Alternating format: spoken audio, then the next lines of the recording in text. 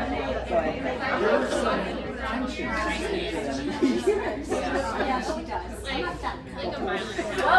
everybody. Hello. Good to see all of you. I am a pastor by trade, so it took everything in me not to say, "The Lord be with you." Yes. Thank you for those who get the inside baseball. My name is Hillary Taylor. I happen to be the executive director of South Carolinians for Alternatives to the Death Penalty. It is a huge privilege to have so many people here tonight. I'll keep this introduction very short and sweet. We are all here because we have seen Secrets of the Killing State, the untold story of lethal injection, or we have read it. And here tonight we have the author of the book, Professor Corinna Barrett Lain. And we also have Professor Seth Stoughton, who is a professor here locally at USC's Law School. Professor Lain is a professor at University of Richmond's Law School. When she is done with this crazy ride of, is it 86 events in 31 days? I haven't counted events. It's 30 cities in 87 days. There we go. When she's done with all of this, she has an endowed chair position waiting for her, which is very exciting.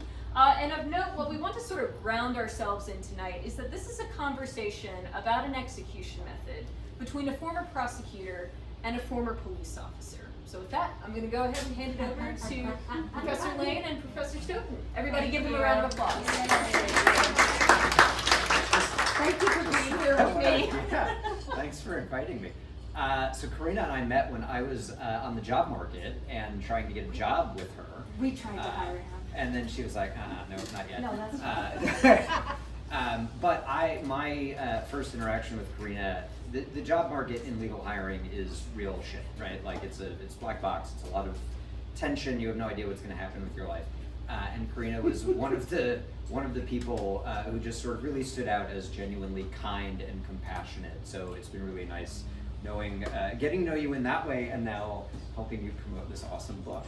And I've been watching him thrive for the last 11 years and going like, oh, Richmond, wish we would have gotten him. So, let's talk book. If either one of us slip off of these chairs and fall down, that's not our fault. They're very slippery, which I just found out. We both write about state killings, and in very different contexts, right? Very. But one of the things that really stuck out at me about the book is the parallels, and I want to identify just a couple of them because I think there are actually themes in your book.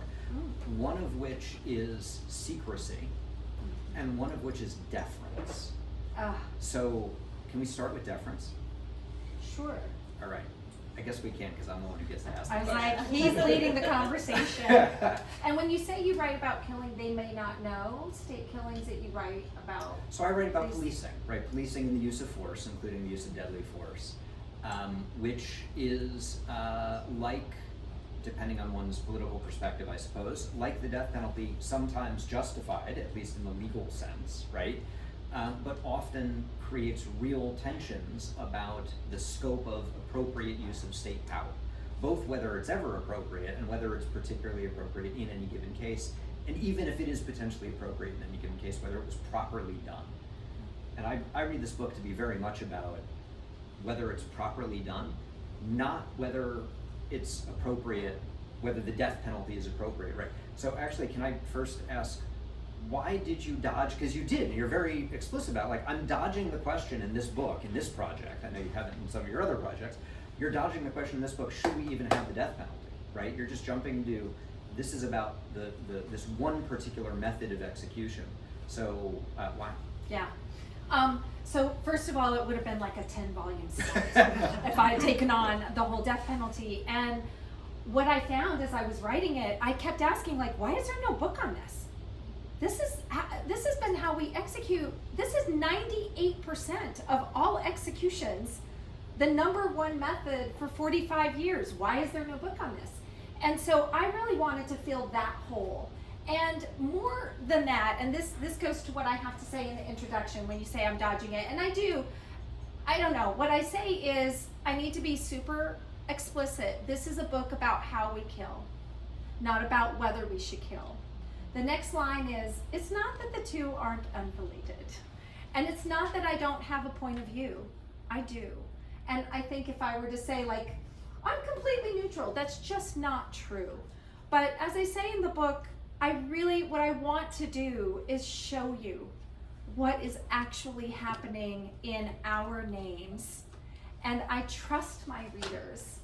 And so what I say is, I want you to come to your own conclusions about state killing before you ever come to mine. You will get mine at the end. It's 2 lines. That's the argument. It's like 2 lines long. It's the last 2 lines of the book. But more than that, I'll just add that I really want to talk across the aisle. And I feel like that's work that we both do, because we're a little bit of an unusual pair, right? To be paired up on a book like this.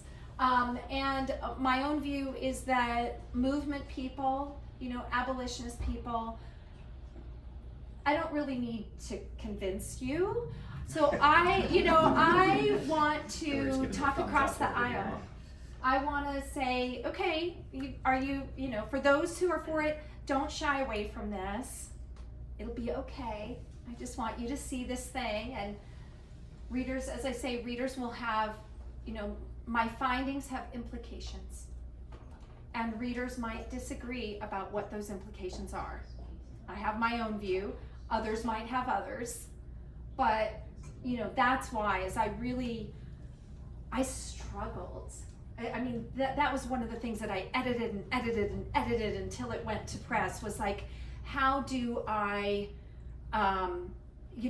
make this talking across the aisle, but I'm outraged, and everyone else should be outraged, and it does have implications. Can you trust the state?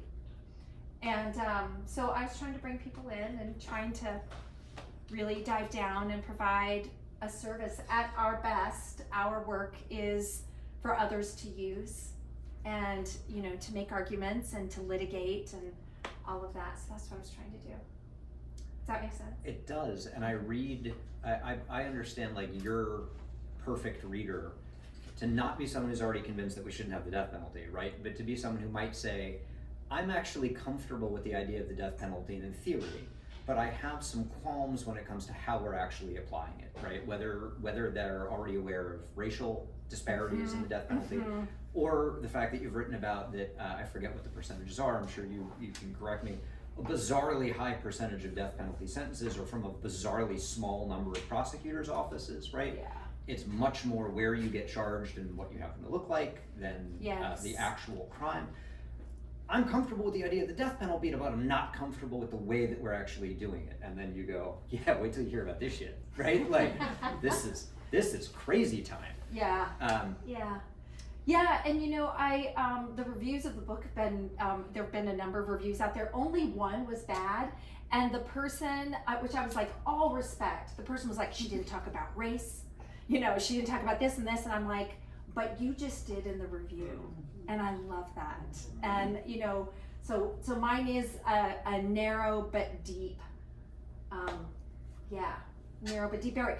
And the beautiful thing about this book is, I'm just starting on this book tour. It has provided an amazing opportunity to talk about the death penalty more largely, and it's like, what are the other triggers? Well, it's an execution, and they're throughout the states, and they come, and then there's the next one and the next one, and so you're focused on the person, and this is more like stop and look at the whole thing. And so every place I've gone, it's morphed into like, let's talk about cost, let's talk about innocence, let's talk about race, let's talk about all the other things too. So that's been kind of fun, because even though it's not in the book is teeing it up. Yeah, we will get to some of that, I hope. Yeah, me too. In the 7 hours that we have together. Exactly. I tried to cancel all your classes today. People gave me a dirty look, so I was like, fine. At work, it really stops me from having a good time thinking about hard things. In my context where I work, right, I write about police use of force, and I push back on that as a phrase, right? I say we're really talking about police violence, and I don't mean that in a derogatory way. I don't mean that to have a negative connotation. In the area that I work in, sometimes we need police violence, but we shouldn't over sanitize by calling it use of force, or the I don't know if you've heard this one, but the modern phrase now, response to resistance, right? Because it creates a lot of sanitary, hygienic sort of patina over what is ultimately state violence. And again, that leaves aside the question of whether the state violence is appropriate or not. And one of the first things you talk about is that's what lethal injection did with the death penalty, right? It's not a firing squad. That's bloody and violent, right? It's not the electric chair, which is bloody and gross and crackly and violent, right? It's not the gas chamber or the gas mask, which is also violent. It's medical.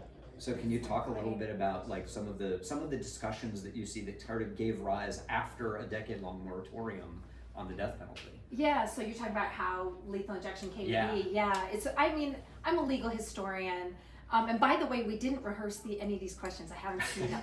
So I'm like, yes, you're talking about sanitizing violence, and that is the essence of lethal injection. But for those of you, I talked a little bit about this at the noon talk at USC at the law school. So sorry if this is a duplication. But lethal injection came to us in 1977. The Supreme Court had struck down the death penalty in 1972. And then new statutes were passed, and it upheld those statutes in 1976. So in 1976 is what we call the beginning of the modern death penalty era. And in 1976, we had the country had not seen an execution for 10 years.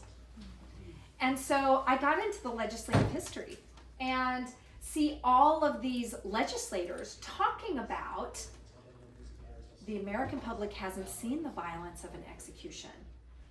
All we've got is, we didn't have the firing squad then, nobody was doing that. It was all electrocution and gas, and those are grotesque. And one thing that no one's talked about that I found is that right at that time, a district court in Texas had recognized a First Amendment right to televise executions. Now, it wouldn't last, but no one could have known that. And so there were actually legislators talking about, we can't have an electrocution in someone's living room. The American public are never gonna go for this. And so there was all of this talk about, as I say, look, it's really hard, and I try to be a very careful scholar generally, and also in this book. And so, one of the things I say is, it's hard to say what the legislative intent was because different people had different intents. But one of the striking things about getting into the legislative history, some people were talking about, oh, this is humane, based on nothing, but they were saying this is humane. There was a huge conversation, not about this is humane, but this is humane looking from the start. There were even some legislators that were like, I don't want humane. So Tennessee, the legislator, I always remember that one where they said, I wish we could draw and quarter them, but that ain't constitutional. So fine, we'll do this thing instead. But so, there's a lot of different intents, but the Supreme Court routinely says, well, they're trying it. This has always been about humane. Not true. Some might be saying that, but there was a lot of talk about humane looking execution. And so fast forward to the medicalization and sanitizing, it's like, fine, there's lethal injection. Why are they on a gurney? Tell me why they're on a gurney. I was wondering, why are they wearing lab coats? Why are they wearing lab coats? Why are they covered with a white sheet? Why does an executioner swab the arm with alcohol before injecting the drugs that will kill them? It's all stagecraft. It's all stagecraft. It's there to make us feel, I think the medical context gives this vibe, this aura of competence, care, humanity, exactly. The medical profession is known for its care for humanity. It gives all of that. So lethal injection does a lot of work. And I'll just add one more thing since I'm chatting. But that was one of the real aha moments or realizations for me. I start this project as a researcher saying, why are states so bad at this? You know, we know how to put down pets. Like, what is happening here? And somewhere in the midst of my research, my question changes. And the question changes to, why are they sticking with lethal injection? They can't get the drugs. They can't get the medical professionals. They can't get access to the veins. They're spending $1 gazillion. They're breaking state and federal laws. They are falsifying prescriptions. They're like doing all of these things, and it's not even humane. You said in the talk earlier, I think it was Oklahoma, spent $1.5 million on the drugs for 3 executions. Arizona. Yeah, 1.5 million for 3 executions and botched all 3. Right? So like there's no part of this that makes any sense. And so my question was like, why are they, you know, this is the like rock of Sisyphus. Like, why are they pushing this huge thing uphill?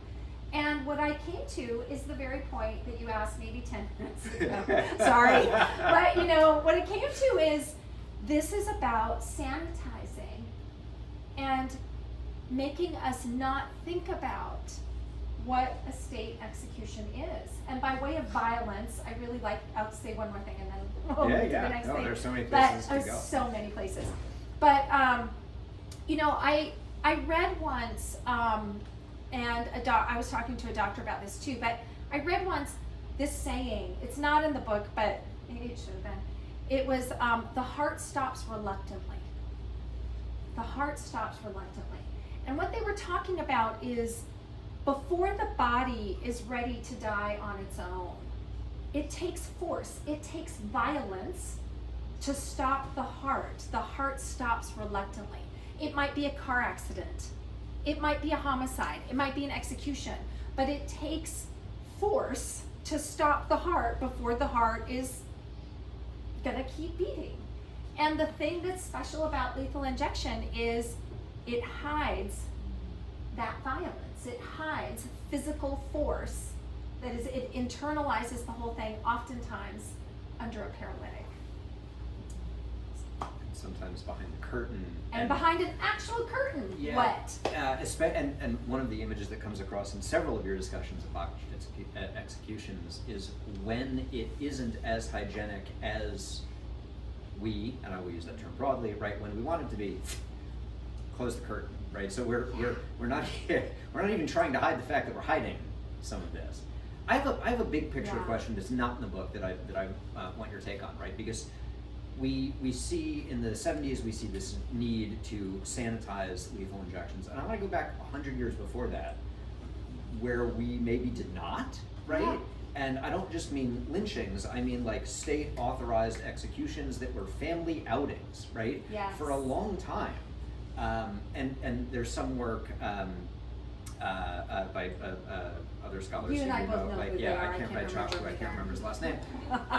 But he talks about how like actually executions in the 16 and 1700s in England weren't as common as we often think they were, right? But when they happened, they were public affairs, right? This was entertainment. What happened? Yeah. So if you go way back, this was really, and this is very Foucault, right? This was about a state exercise of power. And so not only would they execute you, but, you know, I hate to get, you know, but they'd like put your head out there for everybody to see, you know, they would disembowel you, you know, it was this very show of power. And then what's really interesting, as a legal historian especially, people got really grossed out by that. And there's this humanitarian, like, I don't know that we should be torturing people, right? And so then from that comes the guillotine. It's like, you know, short and sweet. But that too was too gross for the public. I mean, the French were like, fine. But everybody else was like, ah. And it was, yeah. And people got really grossed out by that. And so then it moves to hanging. And even hanging, and so when the settlers came over, when the Jamestown settlement, which is in Virginia, 1607, you know, they brought over hanging, and that was the method. But there was this narrative about hanging they had this thing called the hangman's knot, and if you put it, it would really just snap your neck and you're just gone. Don't worry, they're not going to suffer. That was never true. It was never true. In fact, there's studies out there, it was like 5% of the time that happened. Every time else, they didn't know what they were doing any more than they know what they're doing now. But as you say, it was in some ways this festival-like atmosphere. Once again, here it's more the upper middle class is like, that's really gross and bad for us. And it started creating this backlash. Maybe we shouldn't be executing people. In Michigan, for example, there was a botched execution. It was a public hanging. And it threatened to, end the death penalty itself. In fact, I'm not sure that might have been when Michigan did end it. But at that point, supporters were saying, okay, if we want to save this death penalty, we need to move this thing indoors. Because public revulsion threatens to end the death penalty itself. Because you're saying, oh, that's gross. That's not what we should be doing. And so they bring it indoors. And then, what I think of lethal injection, I think it's the apex. It's like the height of privatization. They brought it indoors. The first protocol that states used for 35, 40 years used a paralytic. That's the second drug. And it's not only a paralytic, it's a muscle relaxant. So it relaxes the muscles in your face, and then it freezes them that way. And very, very little, we know in some cases, like, how do we know what is happening under there? Well, there's autopsies, we could talk about that. But to the extent people have any ability to move at all, the last thing, the one little thing that is like most susceptible to movement is the fingers. And so what does South Carolina do? It tapes down the fingers. Got that move from Florida. But they're already in restraints. There's no reason but to hide that they're actually feeling what is happening and that they're able to show it, and we can see little pieces of that. So, when I think about a paralytic, I'm like, wait a minute, that is chemical entombment. It is a chemical curtain of secrecy. And it's like that, we just went private, and now it's so private that it's all the violence is happening inside the body. Yeah. Yeah, that's terrifying. It is, it's absolutely terrifying. But it's because of the potential for public revulsion of these people right here and who you might tell. So this is the part that I find terrifying, right? This is the part that I find objectionable, and I have the same problem in the policing context. If we're going to do something in the name of the public, then the public needs to own it, right? And if the public owns it, well, that's democracy in action. And we might not like it. We may disagree with it, but that is how democracy works, right? The public owns what happens in its name. But we, as the public, lose the chance to own this thing and offer informed opinions about it when we don't see any of it, right? And there are layers of secrecy that you point out, right? The death row facility, the separate room that you talk about, right? The curtain, the paralytic, like every one is just pushing another layer of secrecy in. Before we get to secrecy, though, I want to set up deference, right? Oh yeah, deference. Because this is we talk a lot in a lot of law school classes about the distinction between the legal approach to something and the scientific approach to something, right? Like insanity. If you look at any of the legal tests for insanity and you compare that to any psychiatric, psychological, DRM, anything, there is lots of daylight between those things, right? I think that's a remarkable understatement. Same thing with even things like consciousness, right? Voluntariness. Oh yeah. Right? Voluntariness in law, something is voluntary or it is not voluntary. This is in my criminal law class. There's still no extra credit for this. Yeah, it's voluntary or it's not voluntary is a legal matter, right? But neuroscience tells us voluntariness and consciousness is a whole spectrum, right? It's much more complicated.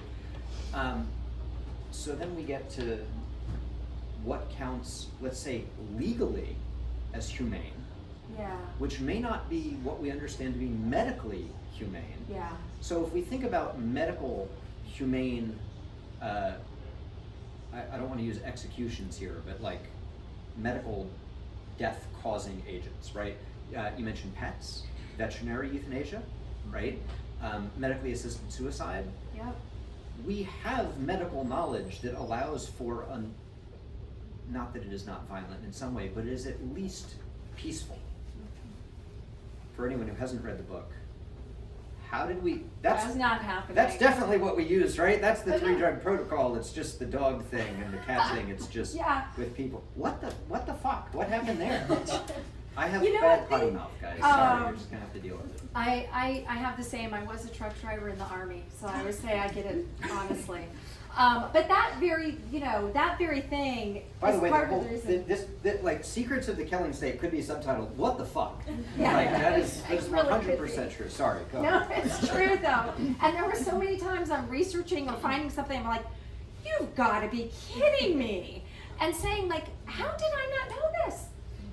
I'm supposed to be some kind of death penalty expert. I didn't know any of this stuff. I've been researching the death penalty for 18 years. And that was part of my like, if I don't know it, chances are, nobody else knows it. So the guy who creates the initial 3-drug protocol, Yes, holds okay, sway yeah. for 4 decades, Yeah. is Yeah. a palliative care specialist, right? Who has deep experience assisting terminally ill patients with a peaceful. They've read it. Oh.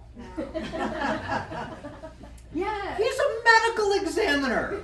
Who describes himself as an expert in dead bodies, but not in how to get them that way. He says that of himself, and he's like, well, I'll give it a try. And he makes it up off the top of his head. And he's later interviewed, and I have the interview, and as I say in the intro, I brought the receipts. But, he's later interviewed, how did you come up with the 3-drug protocol? And he said, I didn't do any research. Like in those terms. That's a quote. That is a right? quote. I didn't do any any research. or anything. And in the end, he's like, why does it matter why I chose it?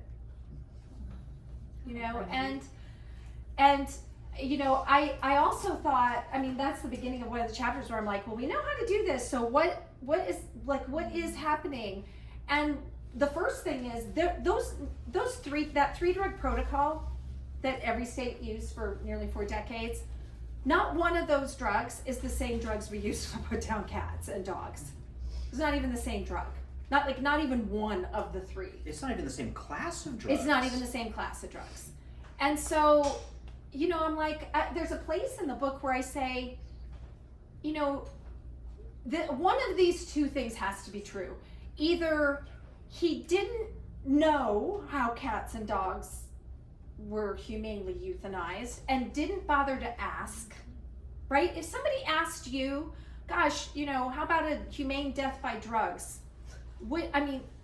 First of all, you'd be like, no. But, if you were to do, wouldn't the first question be, well, how do we put down pets? That would have been my first question.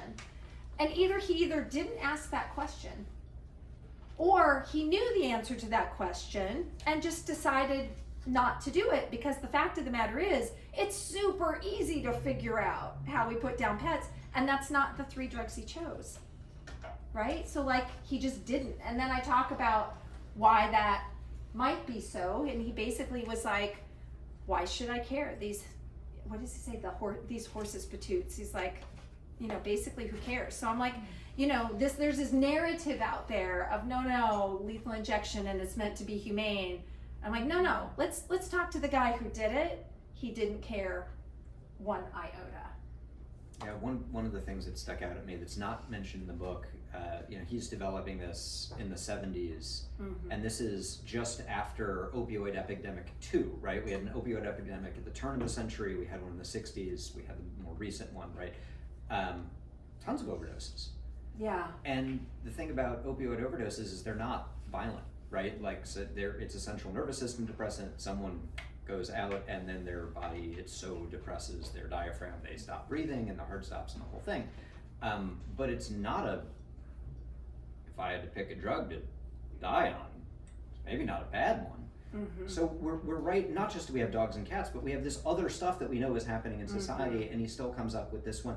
And the other part that is in the book that completely threw me for a loop, without even attempting to understand sort of the basic pharmacological interactions, right? Yeah. When you're talking about the delivery mechanism and bolus delivery, and the fact that these drugs, when they intermingle, get physically thick. They don't disperse into the body because you now have Jell-O. Yeah. Or something that's a worse Jell-O. Yeah, they say something like, "Who knew? It gets all clogged." And it's like, who did know? Yeah. Any doctor. Like apparently any compounding pharmacist probably could have told you, hey, these are going to interact in a way that you may not want to, push them through the same line. And even if you're not pushing them through the same line, what they ended up finding out was there are these, I think they call them physiological derangements that happen when you put these three drugs together, when you do 1, 2, 3. Because in theory, the first drug is this anesthetic, and it's going to protect you from the second and third drugs, which are conceitedly torturous drugs. So I told you it was a paralytic.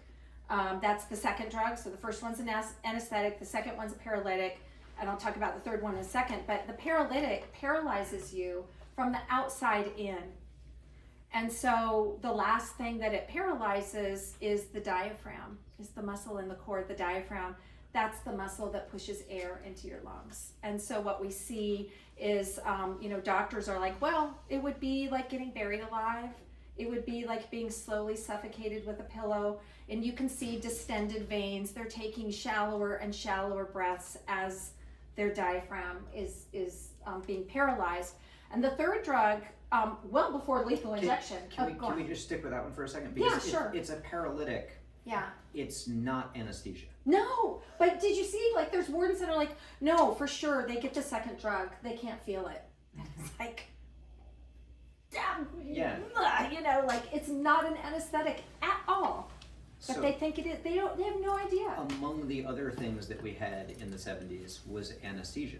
Yeah. Right? Like, we knew how to put someone to a state of unconsciousness, and we knew how to put a person to an insensate state. Yes. Okay, so could you just sort of, that I think it's a little detailed in the book, but it's a really, I think, a powerful one, right? Can you describe the difference between unconsciousness and being insensate? Yeah, and if I don't, you might, feel free to help me out or come in. But here's the deal. What happens is, the first drug will make you unconscious. And by unconscious is just like, you're not conscious. And then what happens is the paralytic comes in and seals you. But that drug that makes you unconscious did not make you insensate. It didn't make you anesthetized. It just put you out. And so there's a doctor, and I quote several of them, but there's a doctor who says, let me put it this way. If you were unconscious because of a drug and someone pinched you or put a feather or like plucked your eye or something like that, you're not going to wake up. But he said, but if someone took a chainsaw to your leg, you would wake up, right? So it's gonna, this is an unconsciousness that you can be awakened by searing pain because it's not anesthetic. And so what happens is, they just make you unconscious, always asleep, then it's the paralytic, and then, which sucks, and you can't breathe, right? And then you can't breathe, so they're saying, like, that counts as searing pain, by the way. Does anyone have a cat? Okay. Has your cat ever laid on your face at night? Has that woken you up? And you're like, why the fuck can't I breathe? Guess what? You were unconscious and awakened because you were having trouble breathing. I didn't ask. That's well done. And it's a cat, right? Yeah, well, I it's a cat. Yeah, I don't either. I was woken up last night when my dog fell out of the bed. So I have very old. That's a separate. Dementia. It's the whole thing with my puppy. But I'm unconscious. Right. But in that, and again, sleep is not quite the same thing as medical unconsciousness, spectrum, right? Yeah. But I'm still aware enough to go, oh, he just fell out of the bed. I woke up, we're gonna lift him back up into the bed, right? And that's way tamer than I can't They lock breathe. you in, you fall asleep and then they lock you in.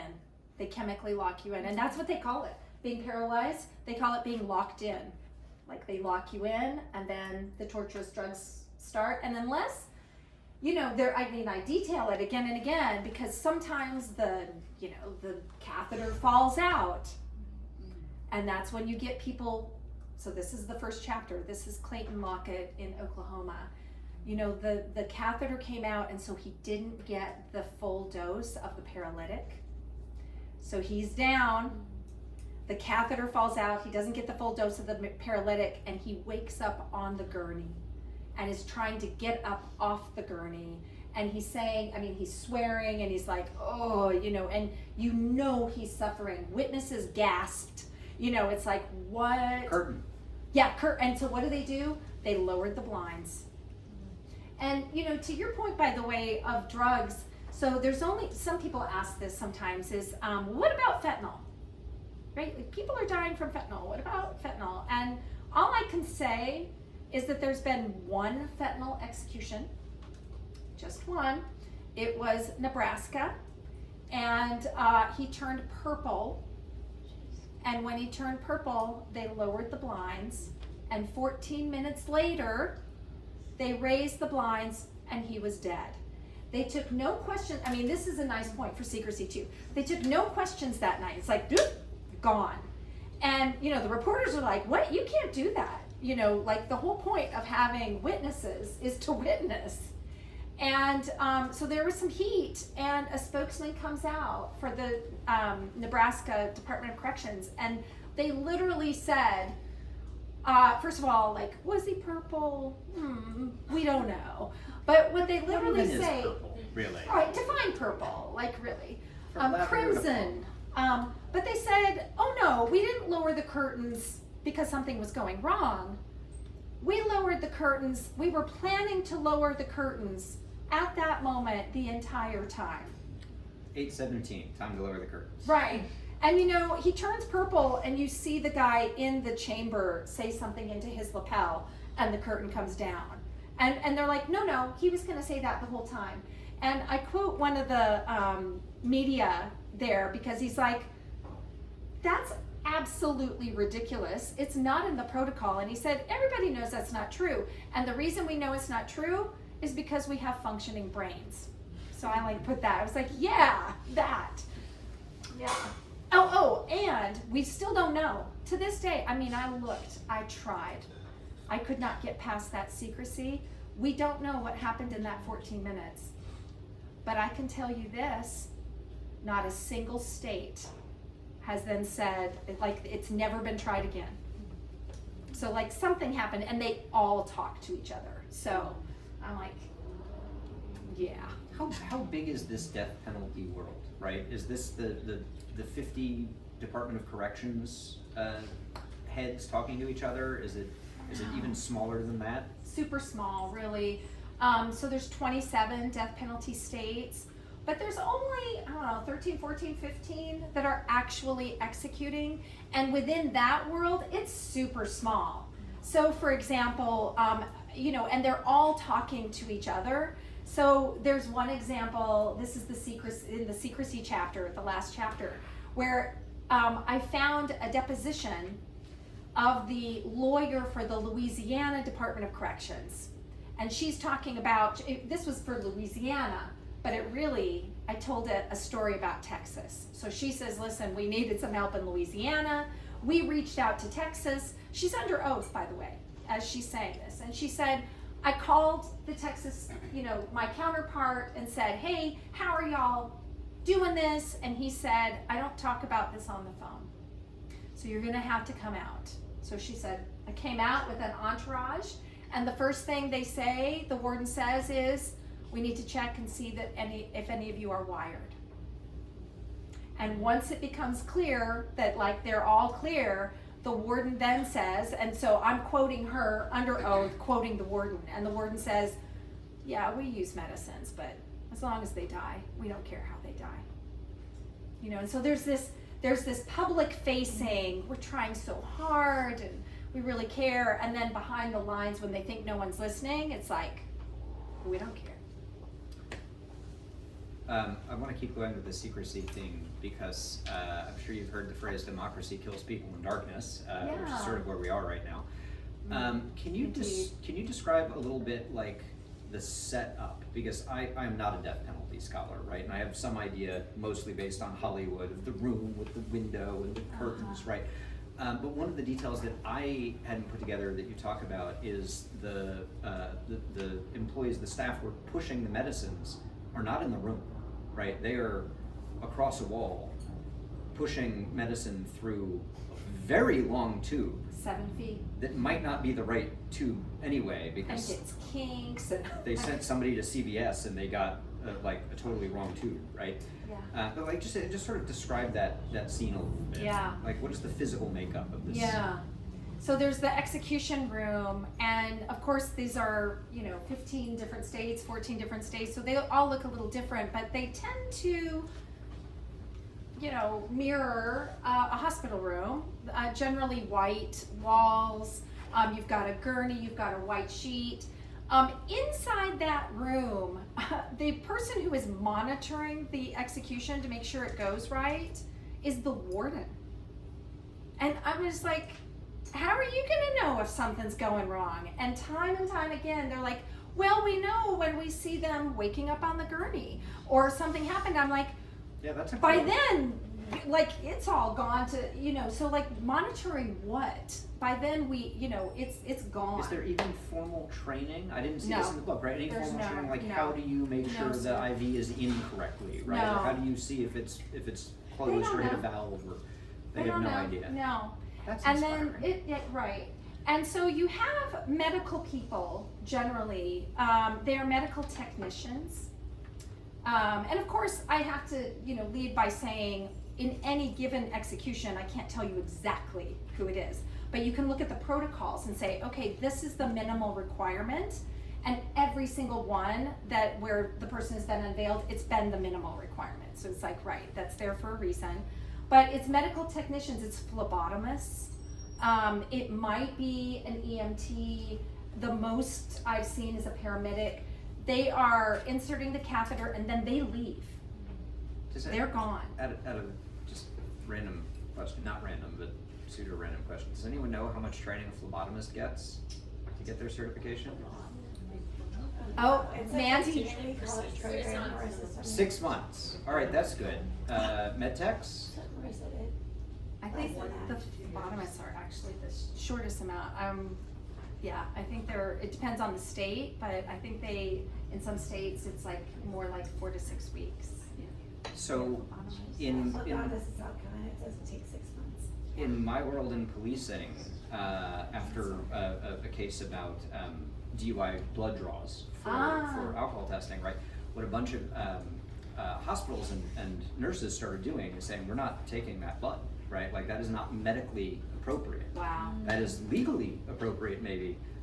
You go get a warrant, but we're not doing, even if you have a warrant, that warrant authorizes you to do it. It doesn't require us to do it. Wow. And a bunch of police agencies started getting officers certified to do blood draws. Wow. And it's, at least in my world, it is not very much training, right? Like it is a week of training to get your little phlebotomy, Oh, right? Lord. Pull the blood. And depending on the level of med tech, that could be 2 weeks, right? It's not necessarily paramedic, it could be very, No. very short. But to your point though, the person sets up the catheter and then the only medical person, they leave the room.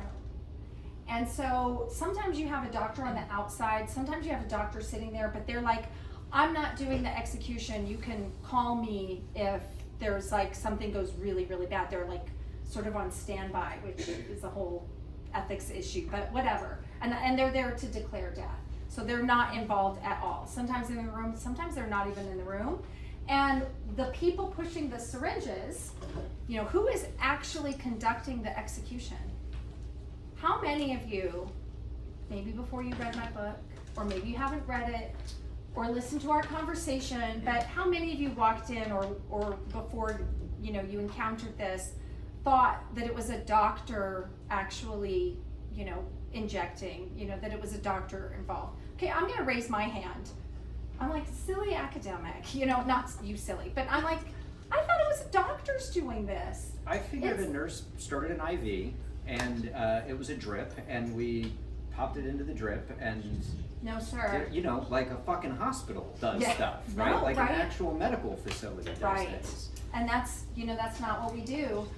So the executioners are non-medical prison guards. They're just prison guards. And they're doing it from this little ante-room. There's a hole between the rooms where this tubing comes, and it's the standard line is 7 feet of tubing. But in the opening chapter, I'm like, it was 21 feet there because they couldn't get access to the vein, so they put on extra long so that they could reach his feet. And then they forgot to take it back off. So it's like going through 21 feet of tubing. And so they're in this other room And and pushing the drug. just on that part, any fluid engineers in the house? Right, the pressure difference that it takes to get fluid through 21 feet as opposed to 7 feet is substantial. And of course, these guys have deep experience in Right? providing appropriate, consistent pressure to administer an IV medication. No, if you ask them, and this is in Bays versus Rees, the first Supreme Court case, Justice Ginsburg talks about it. You ask them, they're like, how do you know how, you're right, how do you know how fast to do it? Because if you push it too fast, you're gonna blow the vein. And they say, we just do it by feel. And it's like, through 7 feet of tubing in another room? Are you kidding me? It's like, yep, that's the answer. I know, it's shocking, right? And just, Shocking. sorry, I guess I'm not going to apologize for having a graphic conversation. We're talking about lethal injection. We are It's sort of talking about graphic. lethal It's tough to get away with that. Indeed. When we're talking about blowing a vein, we're talking about delivering a large, let's call it a glob, right? For sure. A large glob of medicine, not into the vein, but into the subcutaneous skin, Yeah. maybe if you're lucky into the Yeah. muscle, right? Yeah. Which then does not absorb Right. the way that it needed to be effective. And now what happens? And then it creates huge chemical burns. So- I talk about that. You know, this is chapter 4, which I had a former research assistant say, like, I only cried in one chapter for this Lane. It was chapter 4, and it's because of all the ways that this can go wrong. And, you know, by way of like, let's say, so look, the stories are legion of executioners not being able to access the vein in the first place. You know, the 3-hour execution in Alabama, where they were like, all right, we're gonna turn to gas. That was a 3-hour, I think it was like 18 sticks. Lockett, the opening chapter is 14 or 17, depending upon who you ask, sticks. And so there's that issue. And the thing is, they have notoriously bad veins. You know, they're elderly by the time they have an execution. They've been on death row forever. They generally have very poor health. A lot of them are former IV, drug users. So they have, like, if you were thinking about how to do this, it's just so stupid. You know, it's like so thoughtless. But if you even got access to the veins, you're right. If you push the drugs and you push them too fast, there's a number of things that could happen. And I showed that every single contingency, it all has happened numerous times, right? One is the drugs, the thing can just go flying out and spray across the room. That has happened. And the guy's like, it's come undone. Like, this is the guy that's being executed. So there's that stuff happens, or it can just pop out and go into the subcutaneous, and that's disgusting. And so, it's chemical burns. There's this one case where the doctor said afterwards, this is like if someone fell into a campfire. This is the level of just burns. His skin just peeled, just fell off of him, and that's not entirely unusual. So, are we going to move to Q&A? I see a question. No. I'm happy to. Yeah, I was thinking this is discussion, so feel free to chime in. 7 already. Holy cow! What have we done? Only 6 hours left. Okay. Should we get that? What you I got? have Let's more, talk. but yes. No, I actually just had a definition question that I had earlier as well. When you say botched, Yes, I'm glad you asked. what precisely do you mean Yeah. by that? So I actually define it at the beginning of the book because there's different definitions, I think, of botched. So for me, as I define it, a botch is when an execution happens where the state says it's going to happen this way, and then it obviously and palpably goes wrong based on what the state told us was going to happen. And so it's, and so for me, I'm like, when it radically fails to meet the expectations that the state set, that's a botched execution. But the other thing You're not even meeting your own standards there, right? Exactly. You're not even. I should use that line. That's very good. But one of the other things I say in the intro is botched executions are literally the tip of the iceberg. They are the problems we see. But there's all of these, 84% of these autopsies are showing acute pulmonary edema, or actually waterboarding people to death. And the autopsies are showing that. Those aren't botched in the way that I define them. I'm like, no, lethal injection not working well is how lethal injection works. That's just, we can't see it, and this is what's happening. Let me hit this deference question real quick. I know we have more questions. Think of your questions, throw them out there, but I really want to hit this deference question. We've covered all kinds of secrecy, right? You just said the state is not doing what the state says it will be doing. In a bunch of other legal contexts, when the state makes a commitment to doing something and then fails to do it, that's a due process violation, or it's arbitrary and capricious, or there's some other legal jargon that we would use to describe that as a problem.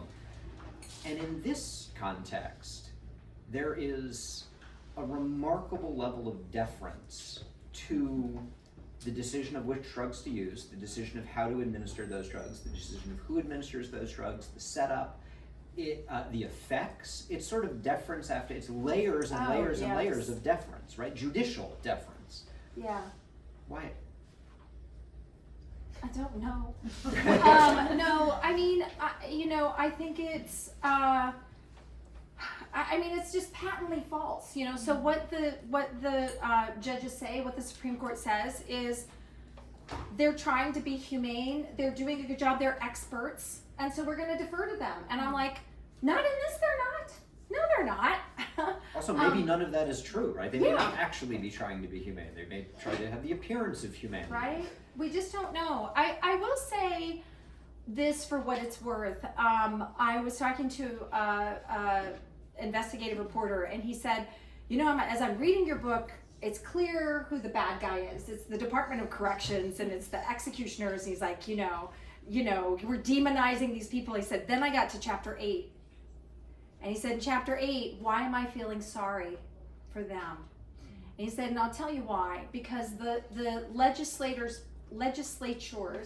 passed these laws, and most of these lethal injection statutes just say death by lethal injection. Boom. Right? Like, thank you very much. And so the legislature gets the bump, right? The legislature gets all of the credit for this, method. And it goes to the Department of Corrections, and they're like, I don't know. Like, I'm an expert in maybe prison security. I'm not a doctor. How am I supposed to figure this out? And that's, that brings us to people like Jay Chapman. Like, they got to ask somebody. They don't know. They get zero guidance at all. And, in that sense, it's really, really unfair. Chapman, the medical examiner who came up with the 3 drugs protocol because, it seems all right.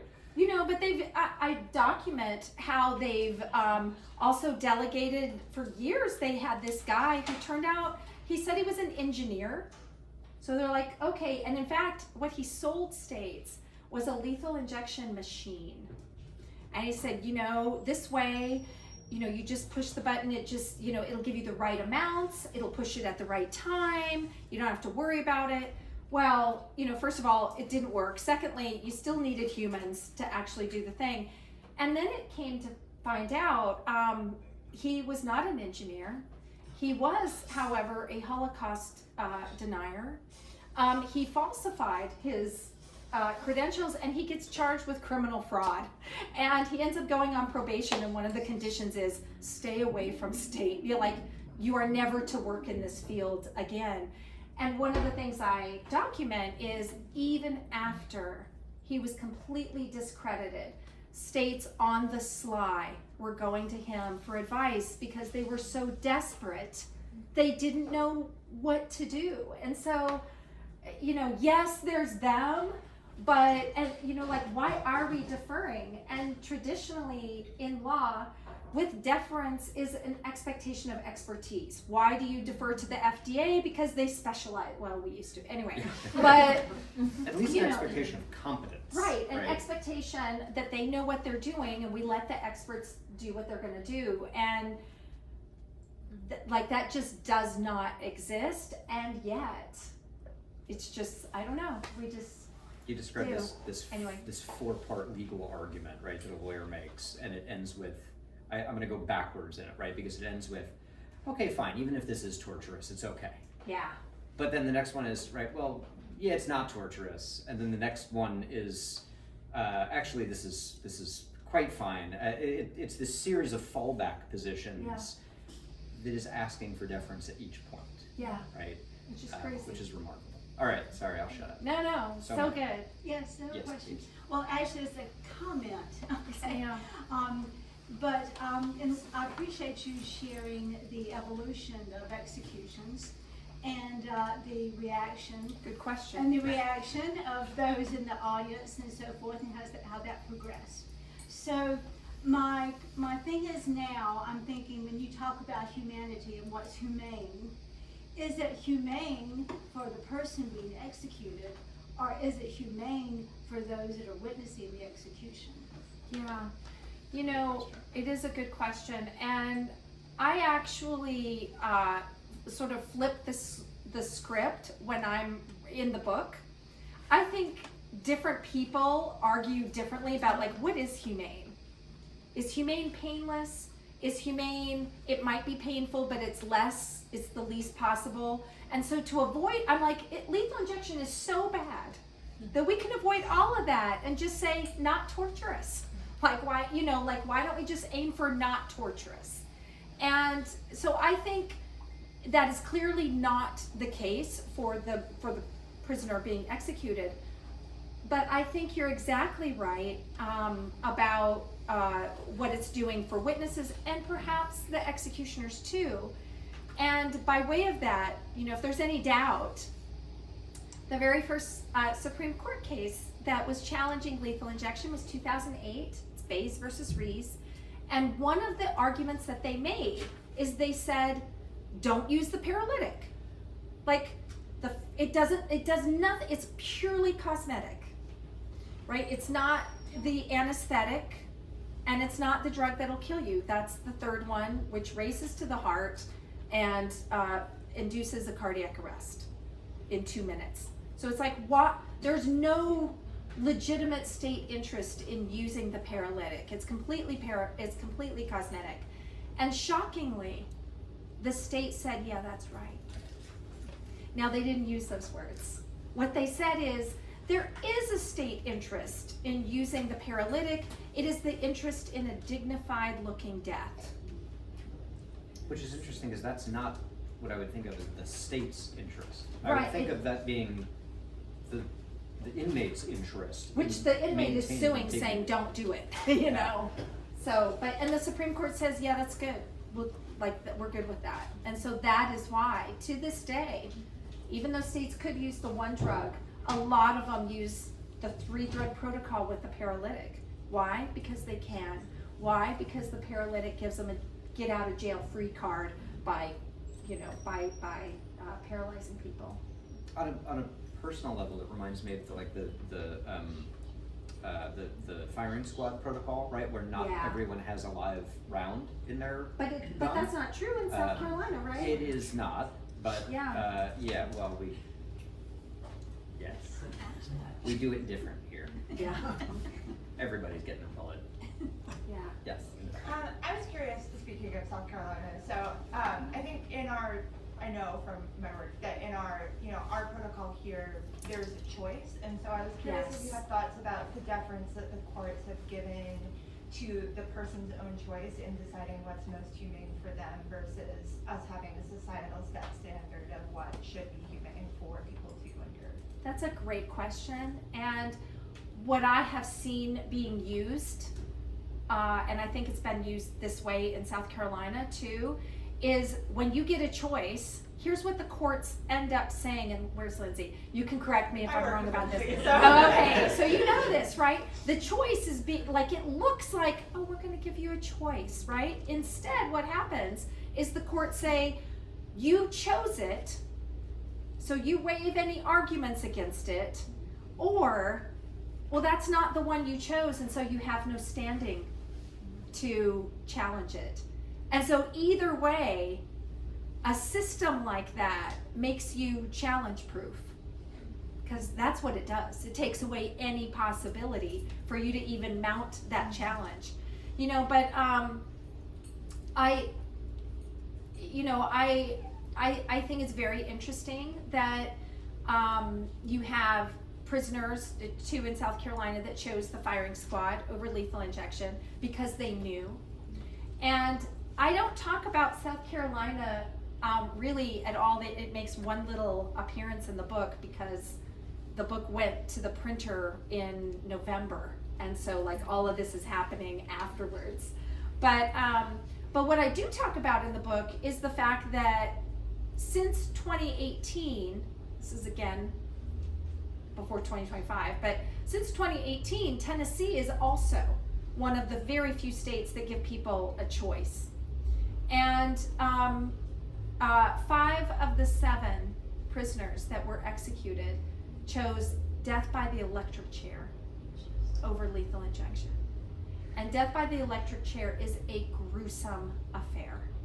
And it's, you know, that is the only execution method that 2 state Supreme Courts have said that violates the Constitution. Nebraska and Georgia. You know, so like if Georgia says it, you know, it's bad, right? Like they're like, no, you can't do that. And, you know, and so why would they have chosen this super gruesome method over these allegedly humane? And what they said was, we know both methods are torturous. Some are like, I want the state to show it.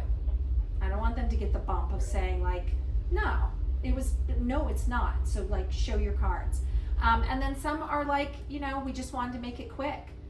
Lethal injection, the average time, there was a study 2 or 3 years ago, the average time was 18 minutes. That's a long time when you're getting waterboarded to death. The average length of execution for the electric chair, 2 to 3 minutes, as much as 5. You had a question earlier, and I Yeah. kept yammering. No. I think you answered it. Well, you did answer my question regarding just a better understanding of deference and what levels of deference were being talked about in this context. And there are lots of them, but I wanted to understand it better, so I was glad that you got back to it. In that case, let me ask a follow-up on that deference point. How much of it is that these are just people we don't care about? Like, is that Maybe 100%, you know? And I think it raises, all right. This is the dance party portion. I was going to say, this is it. We're at the crescendo. No, I think it raises super important questions, and I have my own, you know, take on those. But there does seem to be this underlying, like, you committed this terrible murder, so we can do whatever we want. And I happen to believe you cannot do whatever you want. And so one of the things I say when I get, for example, a retributivist that's like, well, they deserve it. First of all, I always think, I'm not going to sing, but I always think like, thank God none of us get what we really deserve. Hello. But what I say out loud is, I might disagree with you about what a person deserves, but whether this person did something to deserve it is only half of the equation. The other half of the equation is, did the state do what it needs to do to deserve to take that life? And we're keeping that secret from you. And the you can't read this book and think the answer is yes. I don't think you can read this book and think the answer is yes. You know, and so I say, like, look, I was on this podcast and said to the guy, look, you might have a problem with an undocumented, you know, you might have undocumented people that are not supposed to be here. It doesn't mean you can load them up in planes and just take them, right? Like, you can't do that. There are processes. You have to follow the law. And it's like, you know, I'm going to take it one step further and just say, when I hear people say, well, I don't care if they died a torturous death because look what they did to this other person. Maybe they caused a torturous death. And what I always think about is the cruel and unusual punishments clause.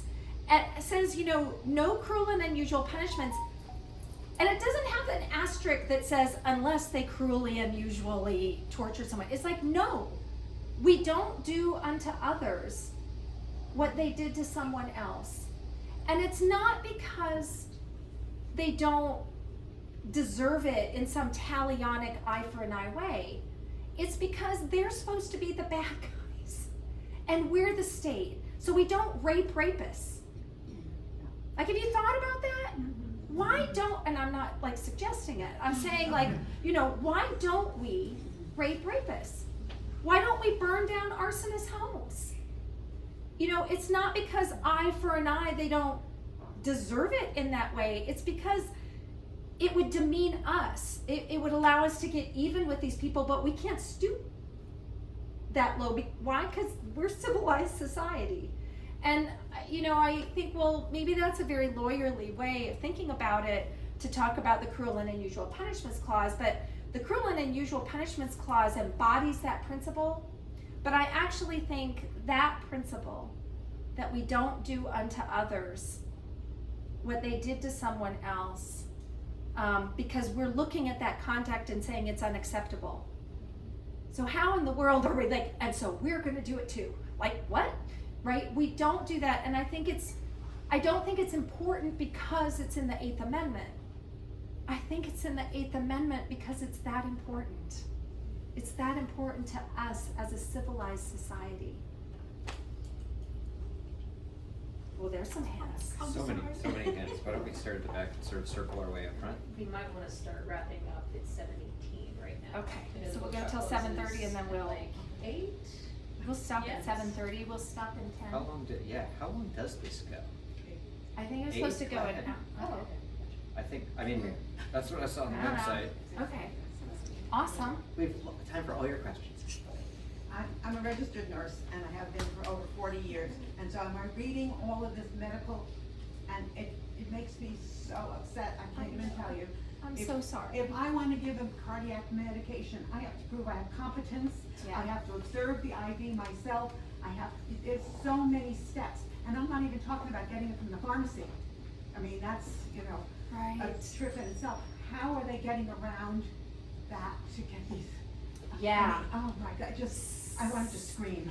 Yeah, well, you know, me too. And how are they getting around getting these drugs? Well, you know, all of the pharmacies, the big pharma, you know, the pharmacy manufacturers.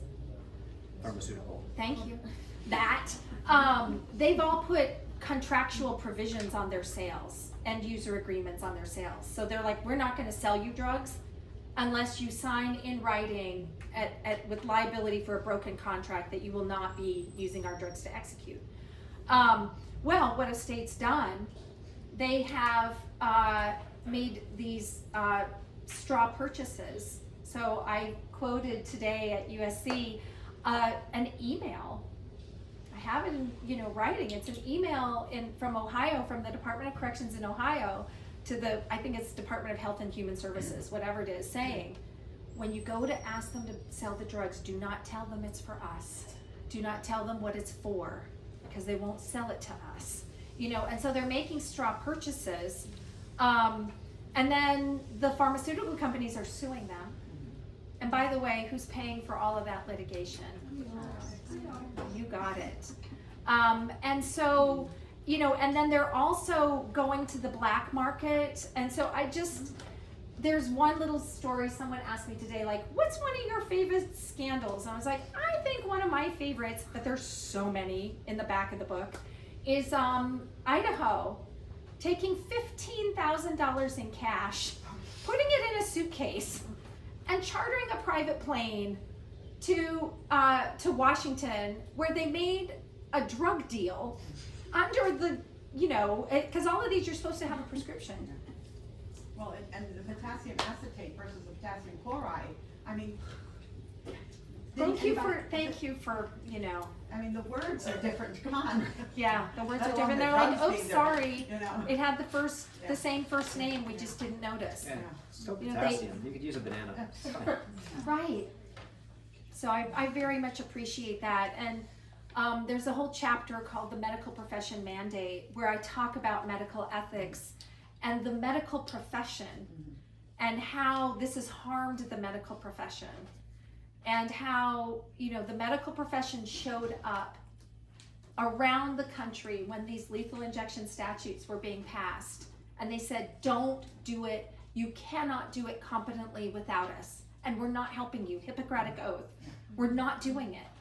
And, the allure of an execution that looks like something else, which is too big of a job. Yes.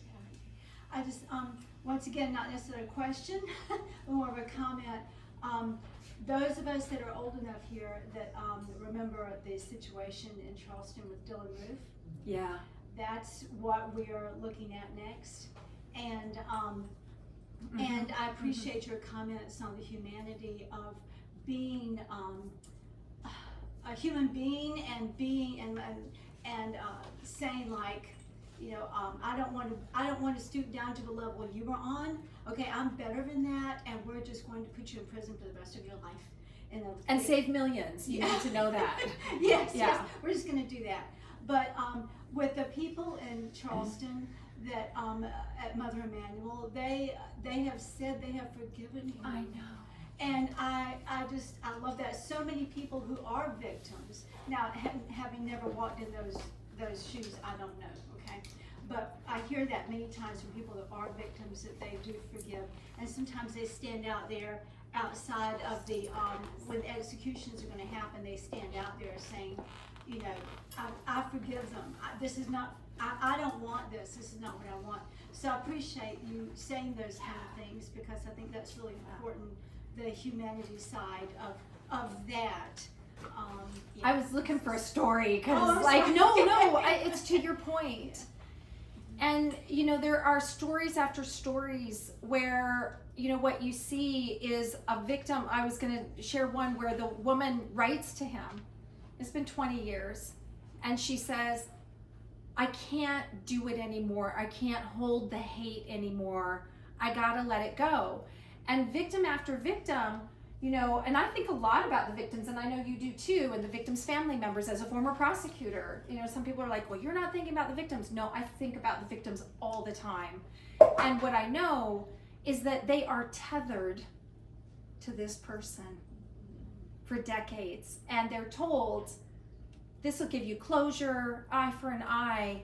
And what they're not told is, you just lost your beloved family member. I'm now going to take 2 decades of your life.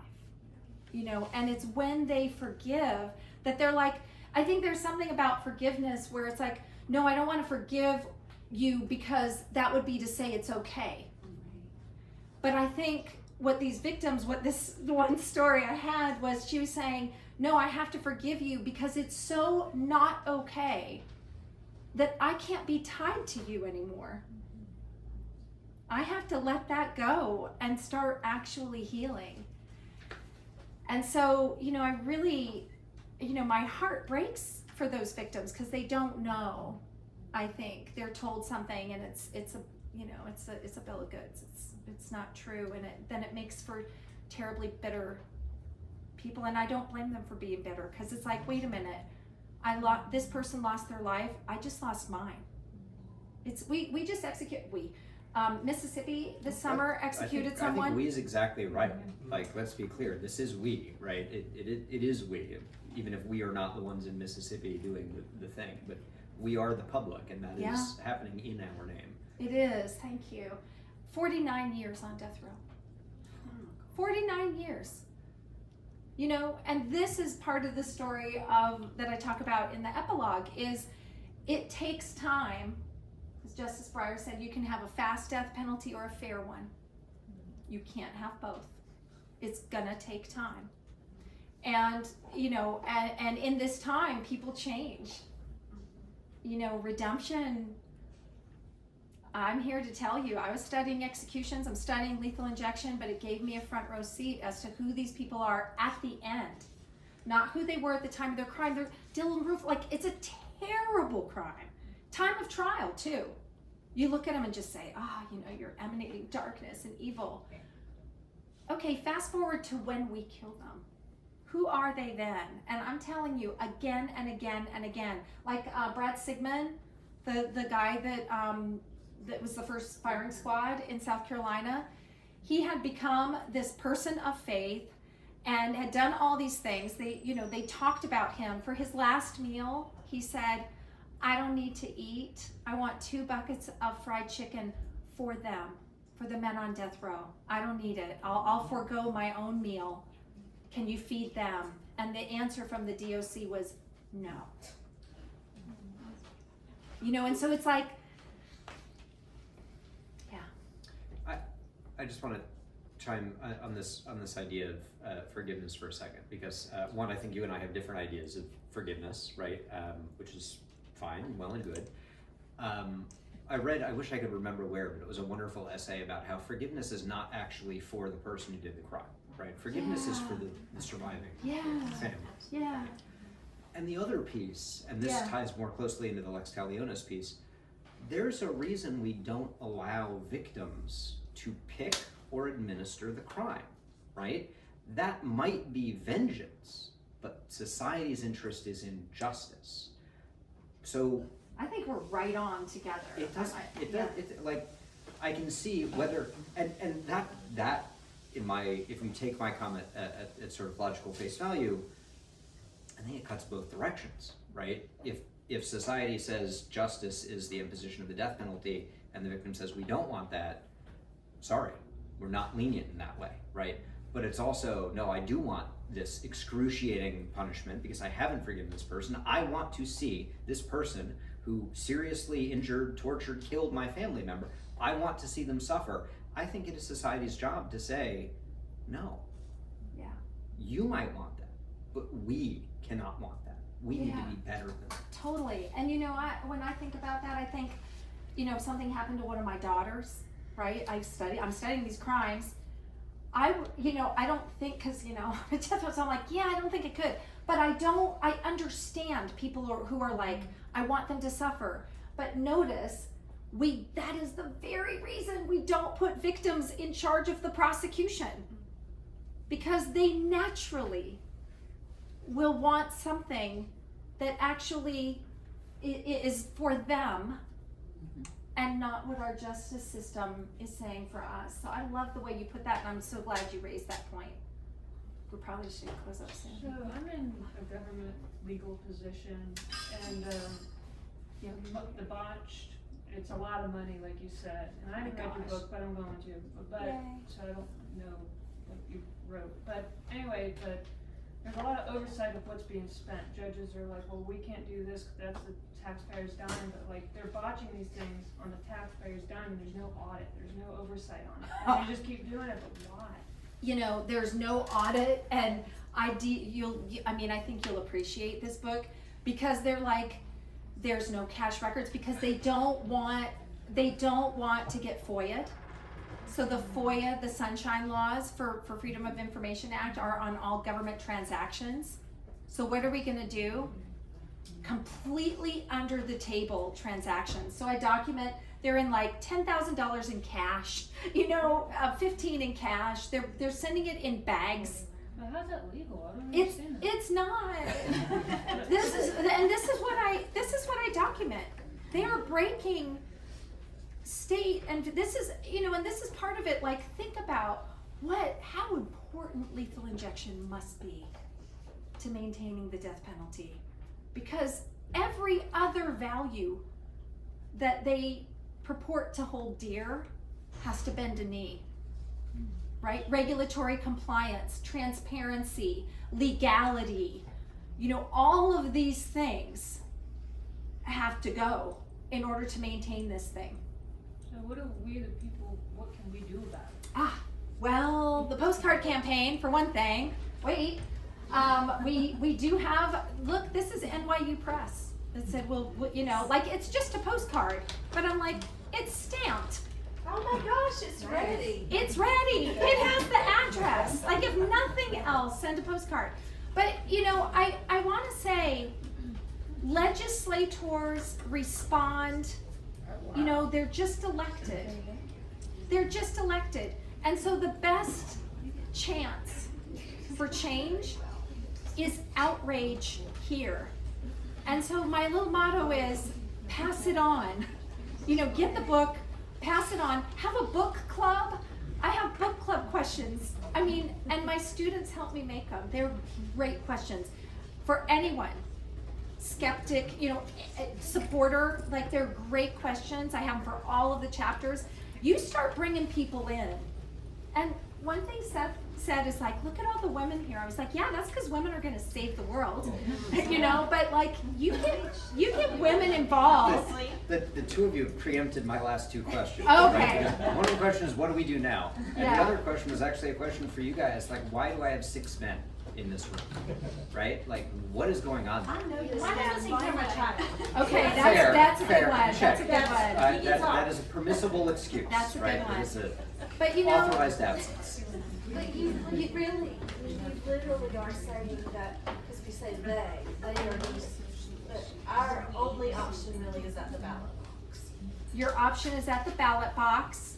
I think Hillary would have something to say about protests and stuff like that. So I hope you'll talk to her and get on her sign-up sheet. But I'll tell you, if each of you said, you know what, I'm gonna tell 5 people about a thing I learned, just one thing, just tell, and then have other people tell people. And one of the things that happened in Virginia is, and it wasn't about lethal injection, but what happened is Virginia abolished the death penalty when we did not have a new death sentence in 10 years. And there was all of this work being done on the ground to soften the ground such that juries were like, I'm not doing this anymore. I'm just not doing it. And at that point, when there's, when you're just like going after the sentences and it's like, wait a minute, I can save millions upon millions of dollars. They're never getting out. State, you get your pound of flesh. The alternative to the death penalty is life without parole. You are taking their life. You're just not asking someone else to kill them. But pass it on and let's get that going here too. If I can add one more thing just onto that, right? This is fundamentally about how the state treats people. Oh, yes. Right? This is fundamentally about how the state treats people, which is the same issue that comes up in work on policing, in work on carceral conditions, right? Madeline Whistlechuck right there works on carceral conditions and deaths in custody here in South Carolina. It is how the state protects people from other people, right? Paige works on gun violence issues back there in the criminology department. So I'm just calling all kinds of people out right now. Jesslyn over there works with me on policing issues. If someone is interested in how the state treats people, that balance between government authority, if they're already interested in one thing, introduce them to this as a topic. If they're already interested in this, introduce them to something else. It's the same topic. This is just the most dramatic point of that iceberg, right? Can I say something to close this out, and then I know Please, we have to we're close done, it out. yeah. No, people will say, it goes to your point, like people will say, well, we've got mass incarceration, we've got massive, problems with police violence. There's all, the world's a dumpster fire. Like, why should we worry about this? And my answer is always, if you're willing to kill someone for what they did, as the state, if you're willing to kill someone for what they did, everything else is on the table. Everything. Life without parole, massive incarceration, you're lucky you're alive. Bad prison conditions, we could have killed you. Police violence, well, you have to dehumanize in order to kill someone. You have to believe that they're not worthy. You have to believe they're a monster. And if you can dehumanize, everything else goes. And I'm not saying that these other problems would be solved if you get rid of the death penalty, but I am going to say this. It's hard for me to understand how we make real progress when it's okay for the state to kill people. Okay, that's a good place to end. Thank you. Close out. If you want to learn more about the death penalty, and if you want to be a part of catalyzing criminal justice reform in South Carolina, come see me, sign up for our email listserv. There are also lots of experts on the death penalty in this organization, so please come and find me if you have any questions.